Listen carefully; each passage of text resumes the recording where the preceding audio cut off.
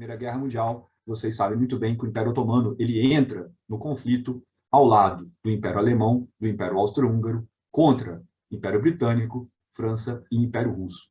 Tá? Eu sempre gosto de lembrar que o principal adversário do Império Otomano é o Império Russo. Tá? Os otomanos e os russos eles brigam por duas áreas de influência, pelos Balcãs e pelo Cáucaso. Tá? E boa parte da estratégia otomana em entrar na guerra é recuperar esses territórios que haviam sido perdidos e se expandir para o Cáucaso. Tá? Então, isso explica por que o Império Otomano entra na guerra do lado da Alemanha e do lado da Rússia. Os alemães, como vocês também devem saber, são grandes aliados otomanos. Os alemães são, inclusive, responsáveis pela construção da ferrovia Berlim-Bagdá, um plano megalomaníaco alemão de conexão de Berlim até o atual Iraque, até os campos de petróleo do atual Iraque. Tem um grande ponto de inflexão na Primeira Guerra Mundial, que é a vitória turca na Batalha de Dardanelos, que é uma tentativa de invasão aliada, sobretudo dos britânicos, dos estreitos de Dardanelos e Bósforo. E, nesse sentido, os turcos conseguem derrotar os britânicos, que era algo impensável, derrotar a marinha britânica. Pois bem, os turcos conseguem. E, nesse sentido, os russos ficam isolados, porque essa comunicação aqui ela para de existir, essa comunicação pelo Mar Negro, Mar Egeu e Mar Mediterrâneo, e os jovens turcos eles passam a se sentir invencíveis, depois que eles derrotam a armada britânica e isolam os russos. Isso vai dar aos três pachás, que eu mostrei para vocês, um sentimento de onipotência, que eles podem fazer o que eles quiserem, que a guerra agora está sendo vencida por eles, que eles estão do lado vencedor. E, nesse sentido, eles vão usar dessa Batalha de Dardanelos para esconder algumas derrotas militares que eles haviam sofrido. Sobretudo Enver Pasha, que era o general, o ministro da guerra otomano, que havia perdido no Cáucaso cerca de 75 mil soldados, quando ele tentou invadir o Império Russo no inverno. Algumas figuras históricas já mostraram para a gente que invadir o Império Russo no inverno não é uma boa ideia, mas mesmo assim tem uma galera que continua tentando. E perder 75 mil pessoas nessa batalha no Cáucaso para o Enver Pasha e para o Império Otomano foi uma vergonha, um vexame, foi um desastre gigantesco. E, nesse sentido, o Enver Pasha ele vai denunciar que os otomanos só perderam essa batalha porque foram traídos pelos armênios. Armênios que lutaram do lado dos russos, armênios que eram espiões russos, armênios que queriam se separar do Império Otomano e se juntar com os russos. Isso é meia verdade, tá, meus amigos? É importante nós dizermos que, ok, os armênios também viviam no Império Russo. Nós temos armênios no Império Russo, no Império Otomano e no Império Persa. Os armênios ocupam aquela região há 3, 4 mil anos, a despeito das potências que dominam aquela região. Então, sim, havia batalhões armênios no Império Russo, mas a derrota militar otomana não foi por conta de armênios que traíram o Império Otomano e passaram para o lado russo. Isso é uma desculpa dada pelo Enver Pasha para iniciar o processo de extermínio dos armênios, que eu vou falar já já. Outro grande desastre militar é a campanha do Sinai, conduzida pelo Djemal Pasha, em 1915. Então, essas duas campanhas militares elas são abafadas pela Batalha de Dardanelos e dão ensejo a um novo evento. Que novo evento é esse? É o genocídio armênio. Então, eu estou falando para vocês aqui nos últimos minutos como que já há uma campanha de radicalização turca, como que já há uma identificação turca dos armênios como inimigos internos que devem ser eliminados, e agora eu vou explicar para vocês como se deu esse processo de eliminação, esse modus operandi do genocídio armênio. Primeiro ponto, em janeiro de 1915, os homens armênios foram convocados para o exército. Assim como muitos avós e bisavós de vocês também devem ter sido convocados para o exército otomano, ou, sabendo que iriam ser convocados, preferiram sair do Império Otomano, das províncias árabes do Império Otomano, do que lutar uma guerra por um general, por um comando turco, uma guerra que não era deles. Pois bem, os armênios não tiveram outra escolha senão obedecer às ordens de convocação e se apresentarem aos quartéis, às unidades militares do exército otomano. Pois bem, quando eles apareceram lá, esses homens armênios em idade de combate foram desarmados e levados para a retaguarda. Então, não havia interesse otomano que esses armênios fossem combatentes. Na verdade, eles foram desmobilizados. Eles foram tirados das suas vilas e cidades, desarmados e levados para a retaguarda. Nessa retaguarda, eles iriam trabalhar como escravos, batalhões de trabalhos forçados para que eles trabalhassem construindo estradas, carregando peso e eventualmente morrendo fazendo esses trabalhos. Tá? Isso era um motivo, isso era uma estratégia, melhor dizendo, para que, quando os turcos iniciassem o seu processo de deportação e extermínio dos armênios, não houvesse resistência armênia nessas cidades. Tá? Agora, uma cidade vai resistir, que é a cidade de Van. A cidade de Van é quase fronteira com o Irã, Azerbaijão e Armênia, né? É onde tem a região do Lago Van. Nessa cidade, os armênios organizados eles conseguem, já ouvindo, né, uma região já do extremo leste da Turquia, do Império Otomano. Então, eles já foram sabendo das notícias que aconteciam em regiões mais próximas de Constantinopla. Então, ali eles já ficaram preparados para não cair nessa armadilha de serem convocados pelo exército. Quando os turcos chegaram, eles reagiram. Então, houve uma resistência em Van, e essa resistência foi dizimada pelo Império Otomano, que mobilizou batalhões regulares, canhões, artilharia, que era usada na guerra. Eles tiraram do fronte de batalha e levaram para matar a sua própria população armênia. E essa resistência de armênios em Van vai causar um pretexto para os turcos, que é o seguinte: eles vão falar, olha, os armênios estão se rebelando, olha lá os armênios em Van, eles estão se rebelando contra nós. E eles usam essa resistência armênia para iniciar um processo sistemático de deportação e extermínio dos armênios, cuja data mais importante é o dia 24 de abril de 1915, que é um domingo de Páscoa, no qual 250, mais ou menos, intelectuais armênios são presos e deportados em Constantinopla. Então, os jovens turcos, o Comitê União e Progresso, tirou os homens armênios das cidades do interior da Anatólia e tirou os intelectuais armênios, lideranças armênios, políticos, médicos, advogados, músicos, escritores, tirou esse pessoal de Constantinopla e os deportou. Uma maneira de desarticular qualquer tipo de resistência e contato armênio com a Europa. Então, essa data, 24 de abril de 1915, é a data símbolo do início do genocídio armênio. Alguns de vocês também já devem ter visto manifestações de armênios, ou mesmo pela internet, ao redor dessa data, em final de abril. Aqui é só uma imagem do Tashnart Sutyun, que é um dos partidos políticos armênios, na sua resistência a Van. Então, os homens ali organizando essa resistência nessa cidade.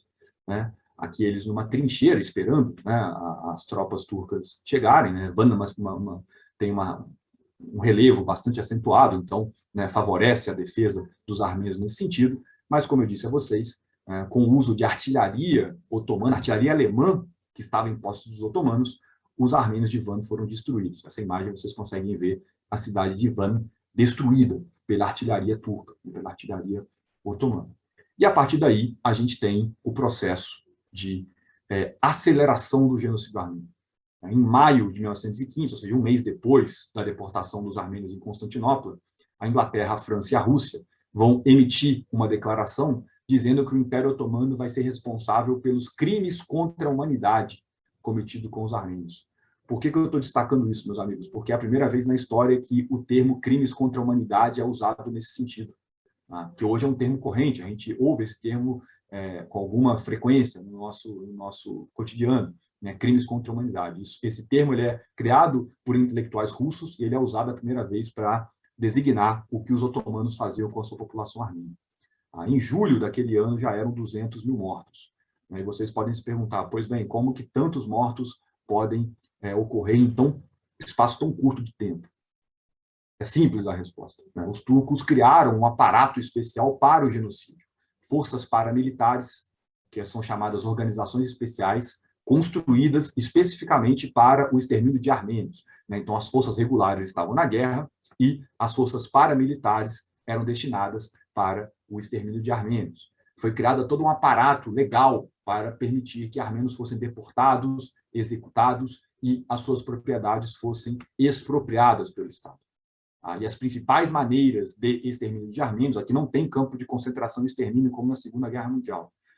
A principal maneira de extermínio desses armênios são as deportações. Isto é, bate alguém numa vila armênia, um oficial turco, fala com o padre e fala, padre, o senhor, por favor, reúna a população, os seus fiéis, porque nós vamos deixar essa cidade, nós vamos escoltá-los até um acampamento, aqui próximo, porque aqui nessa cidade vai haver uma grande batalha e essa batalha pode prejudicá-los. Então, a gente quer evitar isso. Lógico que isso é uma desculpa, porque assim que esses armênios saem das suas cidades, eles começam a sofrer assédios e ataques durante essas deportações, essas caminhadas, que são as chamadas marchas da morte. Então, os armênios vão morrer de fome, de sede, de inanição, de doenças, vão morrer por ataques de grupos curdos e de grupos turcos, crianças raptadas, mulheres raptadas, islamizadas, sendo criados como curdos ou como turcos.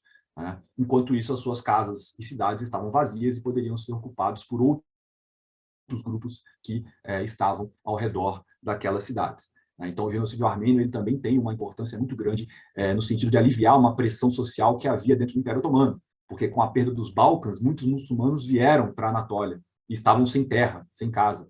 E muitas casas e terras armênias foram usadas para assentar essa população. O passo número 1 é o aviso das deportações, e a partir do momento que essas pessoas saem das suas cidades, começa a expropriação e a pilhagem. Meus amigos, muita gente levava a chave de casa, sabe? Trancava a casa, botava a chave dentro da roupa e saía, achando que ia voltar. Muita gente fazia inventário dos seus bens e um oficial turco chancelava aquele inventário. Quando você voltar, você vai ter tudo isso daqui. Né? Tem até hoje armênios da diáspora, armênios no Líbano, inclusive, que têm as chaves das suas casas na atual Turquia. Casas que não existem mais ou que existem, mas se transformaram em casas de outras famílias, ou mesmo em órgãos públicos. Então, essas deportações vão acontecer a pé ou de trem. Também muitos armênios vão ser deportados pelos trens alemães, construídos nessa aliança que eu comentei com vocês mais cedo. Né? É curioso também, né? Trens alemães deportando pessoas, né? A gente vai ver isso em algum lugar depois. Essas forças paramilitares vão ser mobilizadas para poder executar o genocídio. É interessante que há uma terceirização da culpa nesse sentido. Então, a República da Turquia hoje fala, não, a gente não matou nenhum armênio. Né? Quem foram os curdos. Os curdos que tiveram problema com os armênios, não tem nada a ver com o governo turco. E esquecem de dizer que muitos curdos foram algozes de armênios, sim, mas porque foi prometido aos curdos que eles poderiam ficar com as terras armênias.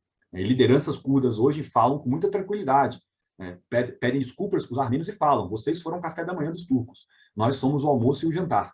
Há essa fala clássica das lideranças curdas organizadas dentro da Turquia. Há todo o ataque às caravanas, rapto de mulheres e crianças, que eu comentei também. Então, essa turquificação da população armênia. E um dos pontos mais importantes, na minha opinião, é a expropriação da economia turca, da economia armênia. Nessa tabela, vocês podem ver a produção de algodão em Adana entre 1905 e 1923. Eu preciso fazer um disclaimer aqui que a produção de algodão em Adana é majoritariamente armênia. Aí vocês percebam que em 1914, nas vésperas da Primeira Guerra Mundial, a produção estava na casa de 135 mil fardos de algodão. Em 1915, a produção vai para 15 mil, 10 mil, e se mantém em 10 mil por alguns anos. Ou seja, quando inicia-se o genocídio armênio, a produção de algodão otomana cai, porque os armênios estão sendo mortos e deportados. Essa produção ela volta a subir depois. Só que quando ela sobe, ela já sobe sendo pertencente aos turcos. Então, o genocídio armênio tem um componente muito importante, que é a turquificação da economia otomana. Uma economia que estava muito nas mãos de armênios, gregos e judeus e tantas outras minorias. Então, isso aqui é um ponto importante também para a gente pensar. Pois bem, nessas marchas de deportação, é interessante a gente pegar os relatos de diplomatas. Um cônsul americano em Alepo, ele vai falar que saíram 18 mil pessoas de determinada região do Império Otomano e só chegaram 150 em Alepo. Então, isso mostra a mortandade de armênios durante essas deportações. Aqui tem algumas poucas fotos. Essa fila aqui de crianças é em Alepo, crianças esperando na fila do pão para receber algum tipo de comida, órfãos, sobreviveram, mas sem seus pais. Aqui vocês estão vendo uma foto de uma dessas marchas para a morte. Então, assim, são pessoas andando pelo deserto por semanas, por meses, sem comida, sem água, sendo assediado por esses grupos paramilitares, grupos nômades curdos que andam por aquela região.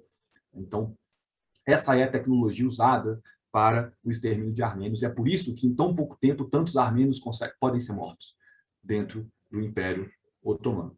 Aqui eu tenho um mapa muito rapidamente para mostrar para vocês os principais pontos de extermínio de armênios, né? Então, são basicamente naquelas 6 províncias orientais, né, que eu comentei com vocês mais cedo: Erzurum, Muş, Harpet, Sivas, né, lugares importantes aqui, a região da Cilícia, Adana, Marath, Zeytun, Urfa.